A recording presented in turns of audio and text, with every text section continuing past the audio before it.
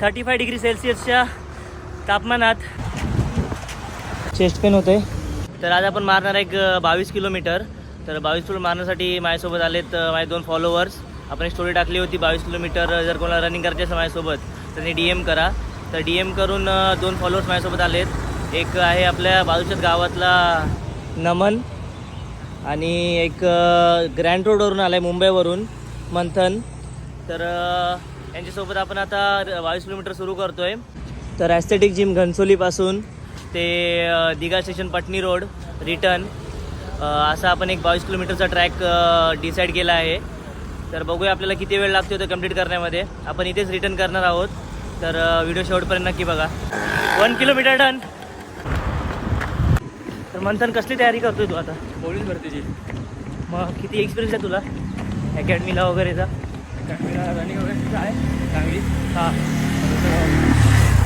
Daily करतो 20 kilometre. Okay. मग कुठे आहे अकॅडमीला तू? आता कांदिवलीला आहे. कांदिवलीला. 5 किलोमीटर.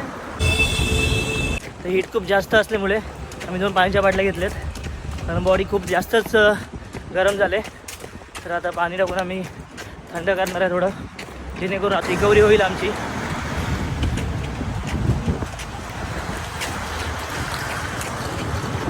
आता आम्ही पोहोचलो पटनी ग्राउंडला. तिथून आपल्याला युटर्न घ्यायचा होता. मागे होतं ते दिघा स्टेशन आणि हे बघा पटनी ग्राउंड. आता आमचे एक 10.5 किलोमीटर झालेलं आहे.